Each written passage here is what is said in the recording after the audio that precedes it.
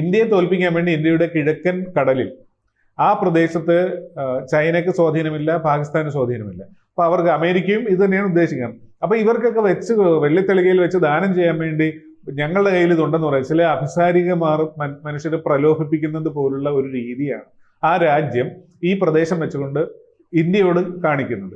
അപ്പൊ ഇതുകൊണ്ട് ഈ രീതിയിൽ മുന്നോട്ട് പോകുന്നത് നിർത്തണം. അതോടൊപ്പം തന്നെ അവിടുത്തെ സാധാരണക്കാരായ നിരപരാധിയായ മനുഷ്യരെ കൂട്ടക്കൊല ചെയ്യുന്നു.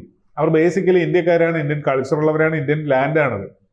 അപ്പോൾ അതിനെ ഇല്ലാതാക്കണമെങ്കിൽ സൈനിക നടപടി അല്ലാതെ മറ്റൊരു മാർഗമില്ല. ചർച്ച ചെയ്യാൻ പറ്റുന്ന ഒരു രീതിയിലുള്ള ഒരു ഗവൺമെന്റ് അവിടെ ഇല്ല. അതായത് നമ്മൾ നിസ്സാര രീതിയിൽ നോക്കിയാൽ മതി. ഇന്ത്യ എന്ന് പറയുന്ന ഈ ലോകത്തിലെ മൂന്നാമത്തെയോ നാലാമത്തെയോ മൂന്നാമത്തെ വ്യോമസേന നമ്മളാണെന്ന് ഓർക്കണം. അപ്പൊ ഏറ്റവും കുറഞ്ഞ പക്ഷം നാലാമത്തെ സൈനിക ശക്തിയെ ഇന്ത്യയെ വെല്ലുവിളിക്കാൻ 100-ൽ എവിടെയോ കിടക്കുന്ന ഈ രാജ്യം തയ്യാറാകുന്നു എന്ന് പറയുമ്പോൾ തന്നെ അവരോട് പിന്നെ ചർച്ച ചെയ്തിട്ട് കാര്യമില്ല.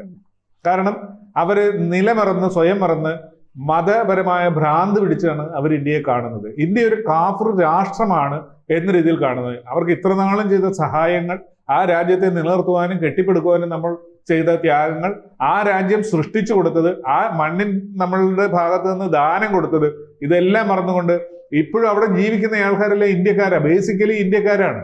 അവർക്ക് മതം മാറി എന്നൊരൊറ്റ കാരണത്താൽ ഇന്ത്യയോട് കൊടിയ ശത്രുത വരുന്നു. ആ ശത്രുത തീർക്കുന്നത് അവിടെ ജീവിക്കുന്ന ഇന്ത്യക്കാരുടെ ചോരയും ജീവനും എടുത്തുകൊണ്ടാണ്.